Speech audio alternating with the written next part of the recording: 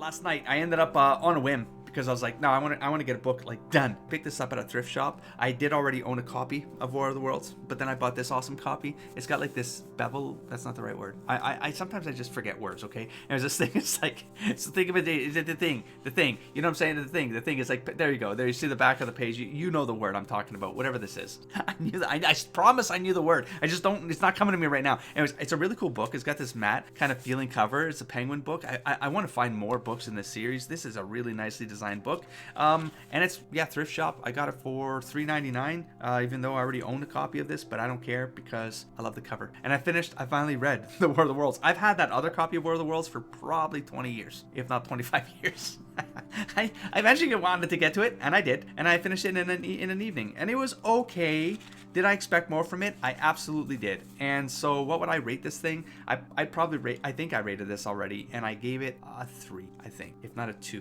I'm going to check Goodreads right now, because I have a criteria, folks. That's what I'm saying. I have a criteria. I gave it a 3 stars, because a 2 for me is kind of like, I wouldn't really recommend it. It's like, it's okay. A 2 for me is okay, and if you're really curious about it, and you're a fan of like science fiction, especially like more retro science, like the old school stuff, right? And you kind of want to have this in your repertoire like I did, then a 2 for me would go, it's a 2, but it's something, it's an old book, and I really want to have experienced what came before. So this is why like a 2 would still convert me to read something. But if I saw a 2 and it was like a romantasy, hell no. That would be a hell no for me. And there may be other examples. That's a terrible one to just throw out there. That's the easiest one I can give, because I really don't think I would easily adapt to liking a romantasy. And so if it's people who like romantasies giving a romantasy a 2-star, that's a really bad sign. You know what I'm saying? So why am I peeling this while I'm on an update video? Because it's coming off so easily. And the other ones on the Hunger Games were a disaster, and they left a bunch of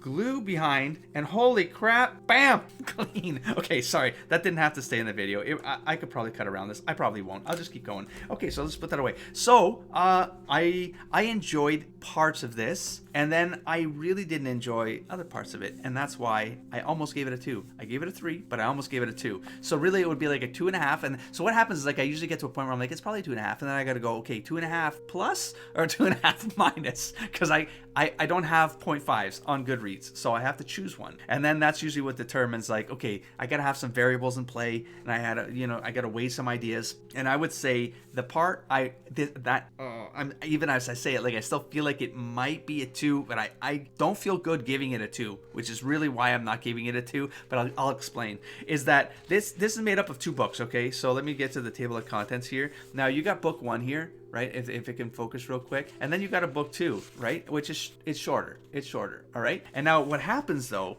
and what's extremely strange about the way that this was put together, and maybe this is like, I don't know the history of the War of the Worlds, how H.G. Wells wrote this, and so I'm losing context here, but you kind of go through this plot here, and you get about halfway in, and it's all focusing on one particular character, and you're in a first person perspective and stuff like that, and you're following this guy who's escaping, like, he's one of the first ones to discover the orbs, and then it's just like things start to unravel and go nuts, and he has to split apart from his family, or he gets cut off, he meets a soldier on the road, and it's like, it feels like a cool story.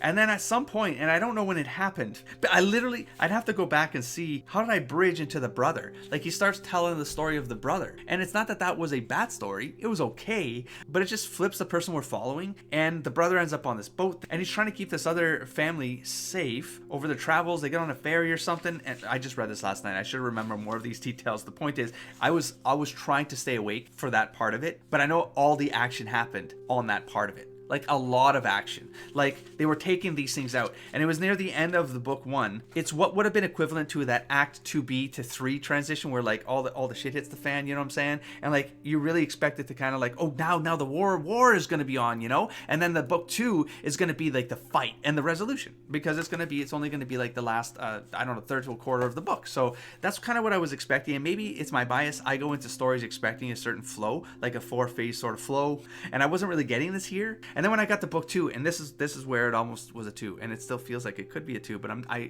can't feel good about it. Okay, it's that you get to book 2, and I'm like, well, then what's book 2 about? Because it feels like pretty final. I don't know where it goes from here, outside of it has to escalate, and we have to take the rest of them out. Now I know how this ended, right? Because it's just so well known that I know what takes these things out at the end. And so, anyways, I get to the book 2, and it actually flips us back to the first perspective, the one that we were originally in when we started the book. Why is book 2 continuing where somewhere here left off? And that's where I was like, when I started reading book 2, I was like, okay, I'm gonna finish this now, because like I don't know how this happened, and I don't know why he would have done it this way, because I feel like these could have been threaded differently. I get that there might be a continuity of timeline, might be what's going on here. Book 2 really gives you a lot of the exposition about the physiology of these Martians, and like look, I have to talk about the spoiler part of it, like what takes these things out. Like, it's an art. Everyone should know it's a cult, okay? It's cult. They're not good against cults, okay? And eventually there's like a virus that goes around, just a normal one. It's not even like I'm like, are they going to drop a like germ bomb or something, or like, you know, I just thought it was going to be something else. And the Act 3 resolution was just like this. It just fizzled away. It's just like, oh, they're all dead now. Yeah, it's because they got a cold or something, and that's it. It took out the rest of them. It's like, what? Why? I don't understand. So, and then he meets up with the soldier again, which is the guy we met in the first half, right? It's just like the continuity was just all busted for me with this. I'm not sure how this was meant or how this was released at first to have made it become what it did. So if someone knows, by all means, let me know, or I'll Wikipedia it at some point. I'm so curious. I have to find out. Anyways, there you go. So 2.5 stars, but I'll give it a 3 because it's War of the Worlds, C.G. Wells. I did read somewhere, I don't know where in the book, maybe, that it was one of the first books, if not the first written out. The first book he was known for was this one or something. Anyways, there you go. Might be saying a lot of lies. I'm gonna put this away now. We're gonna move on.